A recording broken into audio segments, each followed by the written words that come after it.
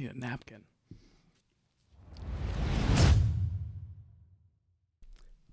Hello.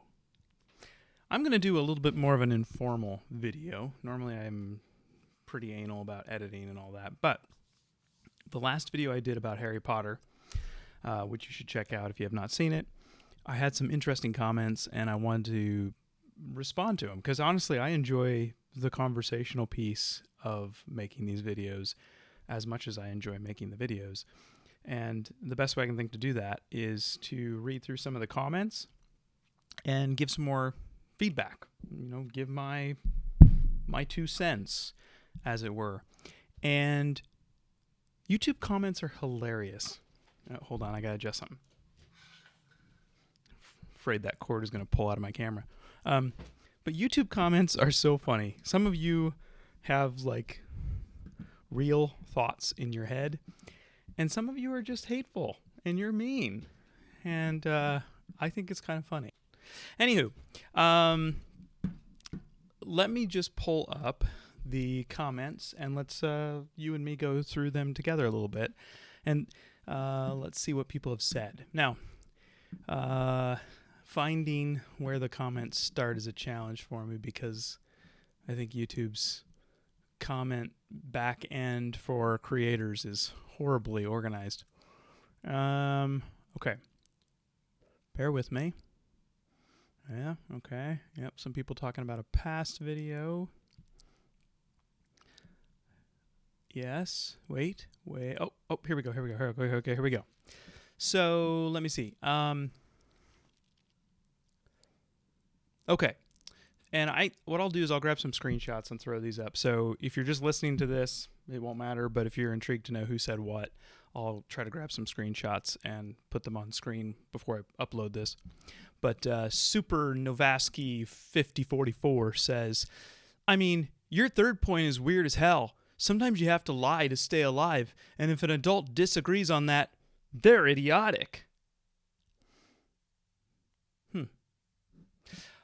So, I mean, I understand comments are kind of stupid because you're trying to type an idea out and express it through text and usually in a hurry and be clear. So I'm not sure I totally understand, but I would say I want to kind of agree with this person. And here's my agreement. And I wrote it on the comments, but my agreement is, yeah, in life, in reality, there are times and places where I actually would lie. And I'm a Christian, and I would, without any hesitation, and let's just take the cliche example, I'm in Nazi Germany, and I've hidden some Jews in my closet upstairs, I would lie. I would say, there's no one here but me. And I would have no qualms about doing that. I don't think that I mean, you can go to a theologian or a pastor and ask for more detail on whether or not that's appropriate or a proper application of Scripture, but in my own conscience before God, I believe that I could do that.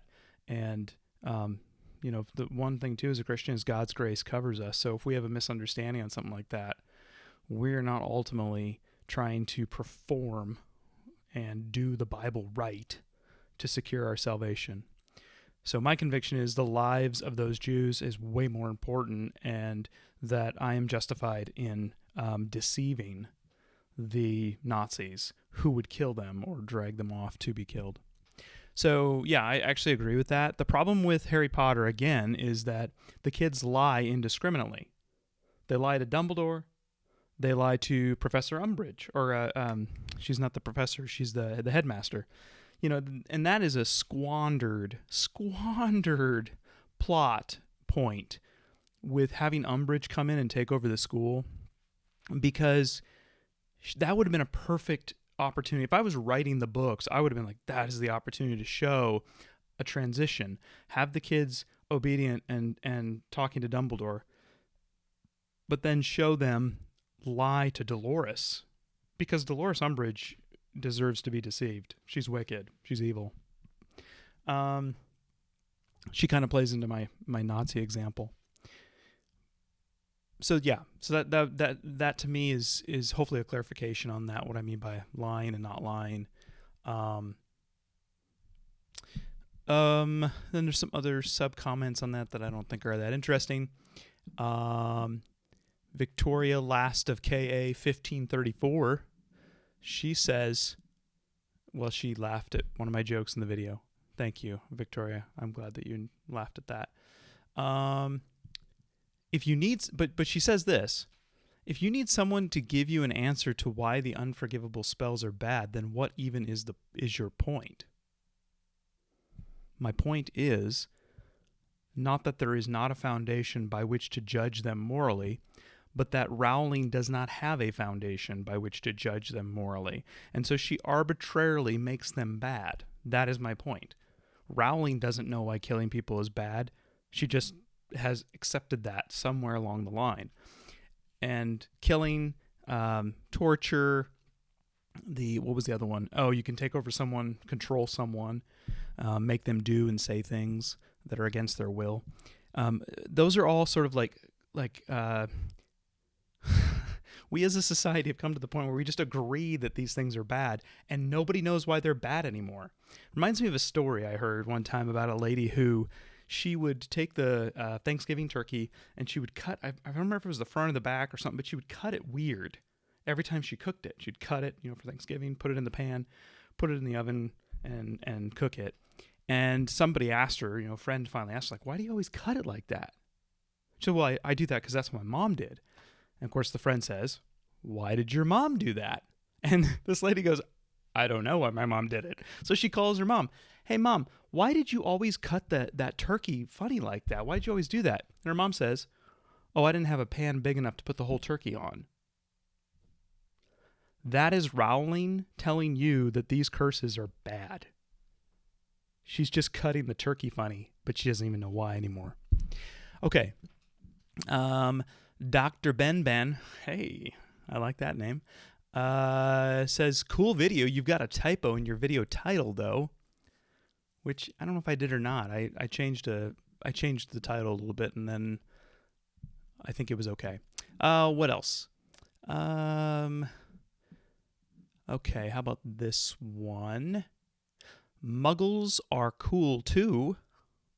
I have a feeling I know how you're going to feel about my video, Muggles are cool, too. There's more to Death Eaters than just Nazism. If Christians drink the waters of life, wouldn't a Satanist perverted by eating death? Okay, that's interesting. Voldemort is a serpent man who has 7 seals tying him to earth and giving him power. I did not think about that 7, the significance of the number 7 with the 7 Horcruxes, which I assume was what you're referring to. Muggles are cool too, goes on. White upper class in Spain were called purebloods in the 15th century because they were mixed with non-Christians, non-Europeans. They were not mixed with non-Christians, non-Europeans. Didn't know that either. There's also some direct allusions to racist statements from people of other faiths. Okay. There are many positive quotes from religious sources, too. Sirius's advice to Harry in Book 4 is a direct quote from Reverend Charles Bayard Milliken. I don't know who that is. I could go on and on. Suffice to say that you have done a very surface-level reading.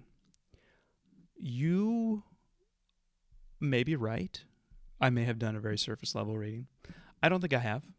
But I think what you are seeing, Muggles are cool too, is... Well, let me read my reply to Muggles are cool too. I say, illusions can give an illusion of robust storytelling, but they don't apparently I can't write. What I meant to say on the comment was, but they don't they don't necessarily, got it on the third time, but they don't necessarily indicate it. So let me read that again as a complete thought. Illusions can be an illusion of robust storytelling, but they don't by necessity indicate it. Okay, I read it right that time. And so let me give you an example that's non-Harry Potter of what I'm indicating here. A storyteller can pack illusions in and kind of use it as a way to make themselves look cooler. because the audience is watching or they're reading and they go, "Oh, I got that reference." Well, big deal. Does it actually mean anything, or is it just a way to turn heads? And I think a prime example of just turning heads to be cool is The Matrix. The Matrix is full of turning heads. Oh, the white rabbit. Oh, I got that illusion. What? So what? I mean, it doesn't matter to the story. It doesn't serve anything. It's just sort of a call out to what? And how much of the movie after that is, a clear, like there's not a 1-for-1 ratio where it's like, oh, it's the white rabbit from Alice in Wonderland. And then, oh, this character's obviously the caterpillar, and this character's obviously the Mad Hatter, and I'm seeing not just illusions, not just that the pattern's being followed, but there's some purpose in it. It means something. And if it's just an illusion, just for the sake of looking smart as a storyteller, then I go, big deal. Anybody can do that. Another example from The Matrix would be, after it came out, all these Christians are like running around like, oh, there's allusions to Jesus and Christianity. Oh, big deal.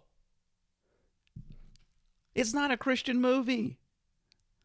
They're not promoting Christianity. They don't even like Christianity. And if you know the trajectory of their lives, they are not Christians. They're just doing it to turn heads. It doesn't mean anything. So I understand, Muggles are cool too, that Rowling has touched on historical things, apparently quoting this reverend. She's pulling from those sources. I agree. That's my point. Yes, she is.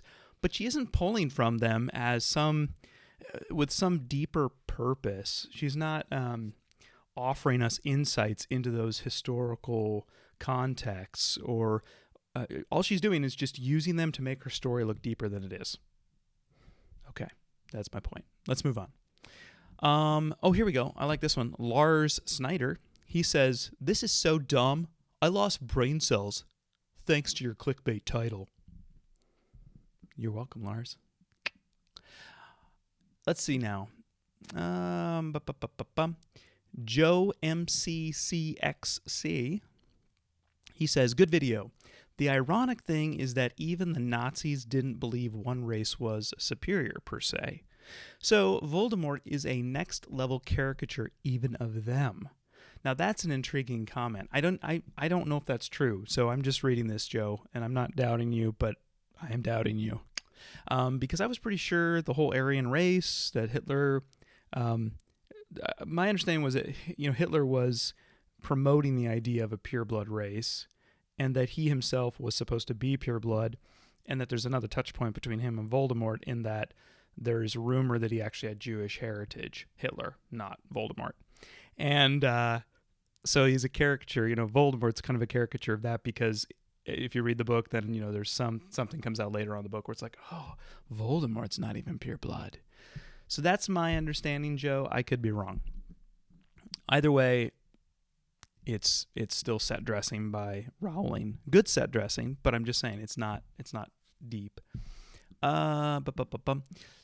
Dragon V Liss 2426 says, "The Harry Potter books are basic folk tales in modern dress. There is nothing evil or demonic about them any more than the Three Little Pigs or Little Red Riding Hood." Well, Dragon V List 2426. I do beg to differ as far as the demonic, because like I said in my video, I think that the way that rebellion is portrayed as a virtue is demonic. Okay, so we'd have to agree to disagree on that one. But also, I disagree with you on the whole idea of folktale. Like, I would buy that if there wasn't... I mean, in the books, Harry clearly lives in our world at the beginnings, right? And, I mean, because he goes to, even the train station that he goes to get on the Hogwarts Express is a real train station in England, right? I mean, I'm an American. I don't know all this stuff, but I'm just saying there's a lot of touch points to real London and real England. And I remember even some of the references to oh, isn't Ron's brother in Africa studying dragons or something? I mean, there's like real, our geography is referenced in it. And the folk tales I'm thinking of are more about taking the sense of a place. So you'll have a dark forest, but it'll never say it's a dark forest in Britain. Like that's my understanding of what a folk tale is. I could be wrong, but I think you're wrong. That's just my take on it.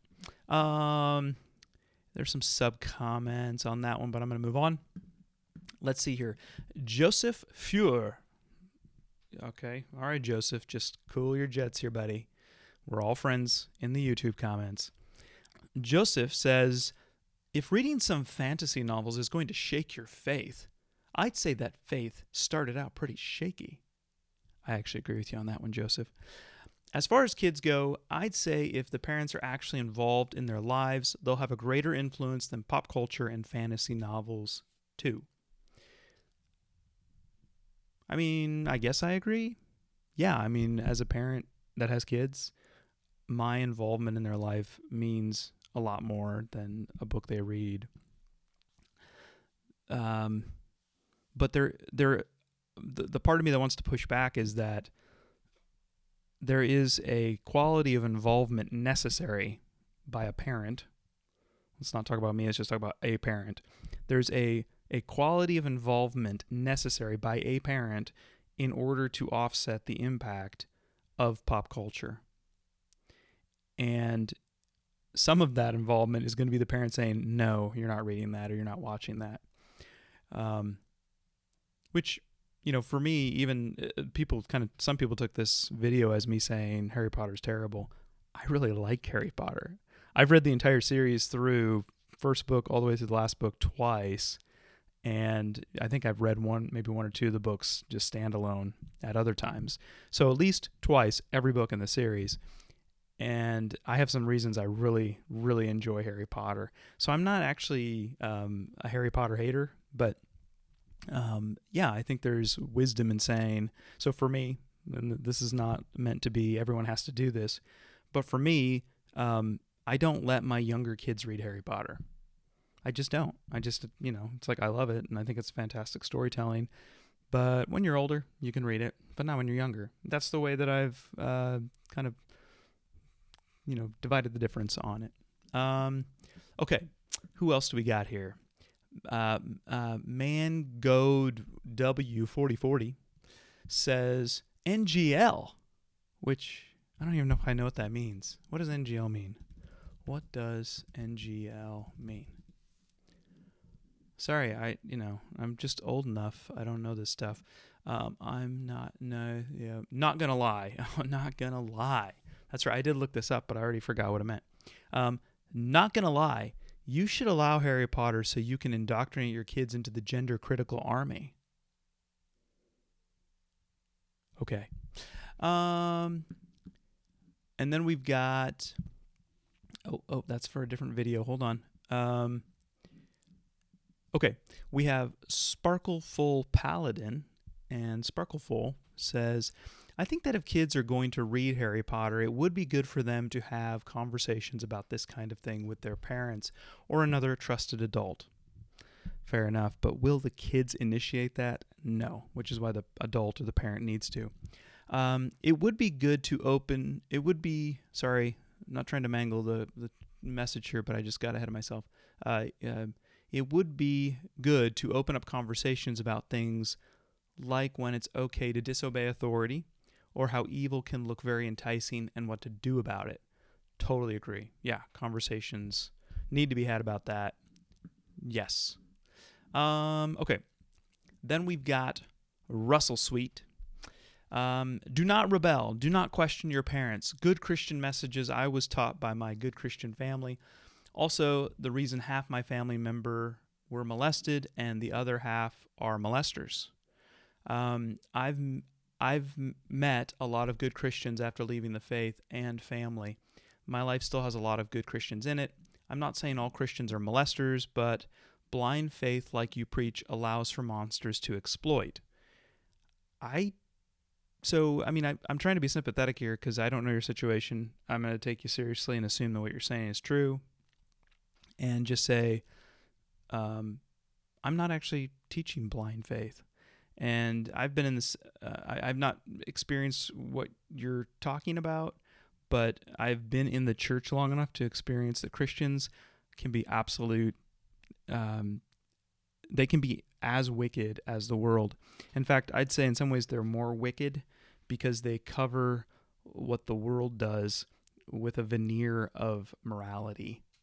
And so in some ways it's more insidious when you see it in the Christian community.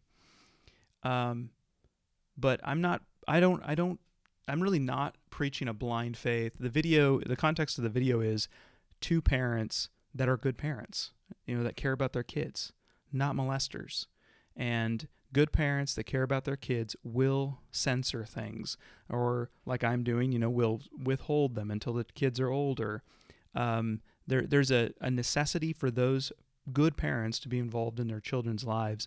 And I really want the video to be something that just helps people that are either kind of fundamentalists and they don't know, they just assume because the word witchcraft was assigned to Harry Potter that it's bad and evil, or the liberal Christian who's just like, oh, my kid can handle anything. We go to church every Sunday. It'll wash it out. So we had a little bit of back and forth, but I don't want to go into all that here. It was good. It was a good back and forth. Let me jump up next to Lindildeeve 5721. Lindildeeve says, I totally agree. Dumbledore is totally okay with Harry breaking the rules as long as it helps him. If I remember well, in the first book, after congratulating Slytherin for winning the Cup of the Four Houses, he gives Harry, Ron, and Hermione 60 points each for their so-called bravery, and only 10 to Neville for trying to stop them from breaking all these rules. If that's not hypocrisy and favoritism, I don't know what it can be. Even Snape doesn't do that. And I hearted her comment, or his comment, or whoever you are, Lindildeeve. Dildebo. I really shouldn't just go off on people's names because I end up saying something inappropriate by accident. Okay, but I hearted the comment because yes, you are remembering that correctly. And I should take back. I now know the two books I read 3 times. So I've read the whole series twice. 2 of the books I read 3 times was the first and second book, and I just listened to them on audio like a month ago. So what you're talking about with the first book and Slytherin wins the House Cup, and then Dumbledore assigns these extra points to Harry, Ron, and Hermione, yes, and the 10 points to Neville for trying to stop them, yes, and it's a complete moral train wreck. You can't write a story that says murdering is bad and murdering is good and then just ram them together and say, no, I think that's both true, without having some sort of you've got to explain that. And there's no explanation in these books. It's just rammed together. So totally agree. Very infuriating. And in fact, I said that in the comment in a reply. I just said, that example of Dumbledore, giving Neville 10 points is so idiotic and infuriatingly mind-bending. Ugh. Okay. Next, we get to Grey Dane Rasmussen, 4071. And Grey Dane says, I like how you first point out how cartoonishly evil the bad guys are by demanding everybody do their bidding, then turn around and call rebellion, disagreeing with authority figures about ways and means, real witchcraft. I'm sensing a little sarcasm. Could be wrong, but that's what I sense. This person goes on and says, the character of magic is not whether it is spiritual, but whether it is allowable by the simple rules our universe runs on. Rowling's is absolutely the high fantasy kind, but it has been normalized to the point where it appears mundane. I don't think I quite understand what you're trying to say, but let me go on and see if I figure it out. The Bible has this kind of magic in it too. Pharaoh's magicians, all the miracles, all high fantasy, read impossible. Feats of magic. Nobody has come up with a single verifiable act that contradicts the rules of the universe, the laws of nature. Not one ever. Come up with one of those, and you might have at least the possibility of a god or gods existing. Until then, all I see are impossible claims. You know what? I think I see where you're going with this. It wasn't exactly the point of my video, but I appreciate when the atheists and agnostic people take to the comments to just dump on the idea of transcendent reality. I'm not going to read the rest of that one, but you feel free, viewer, to jump on and read it. Let me think now. Okay, here's another good one. Roy Romano, 9792, says, definitely correct. Christians should not read this book. They should live out in the woods away from everyday citizens. Also sensing some sarcasm, Roy, and it hurts me. It hurts me bad. Anyways, Roy, you're kind of funny, and I don't quite understand what you're trying to say other than just maybe you've got a little bugaboo you wanted to air there. Okay, Jeremy Hyde 23 says, Nazis weren't demons. Nazis were human. Demons are as not real as the magic in Harry Potter. Well, thank you, Jeremy. That was very informative. Moving on.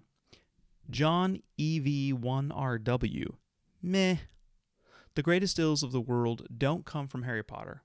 I'm much more concerned about addiction, both to drugs and social media. Harry Potter is a story, and any harmful ideas that exist in it can be contextualized by parents who talk to their children. Fair enough. Harry Potter is the work of a human being, and humans are flawed. Nothing we make is ever going to be perfect. Again, you're right. I agree. I feel like the devil not only does evil, but he lures us to be distracted by things that aren't very important. Like maybe commenting on videos about Harry Potter. Okay, let's move on. Nope, that's on a different video. Okay. Oh, I've got to read one of these. Okay.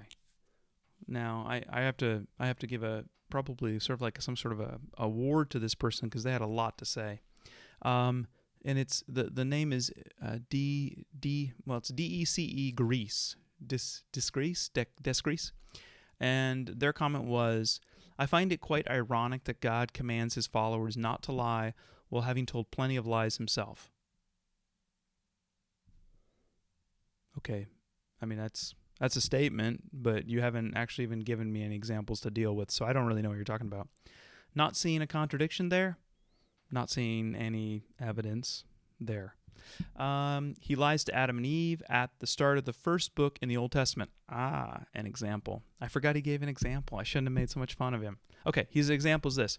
So he lied to Adam and Eve at the start of the first book in the Old Testament when he said eating the fruit of knowledge would kill them. I guess I just have one question for Mr. Grease, and that would be, have you bumped into Adam and Eve recently? Because I haven't seen them, and I'm pretty sure if the first man and woman ever created, the father and mother of all of us, if they were still around on the earth, I just kind of feel like we would have noticed. So I guess God didn't lie, because they be dead. As far as we know, they be dead. And we also have the other evidence of they be dead, and that is that everybody else be dead. That we can observe people dying constantly. And so, okay.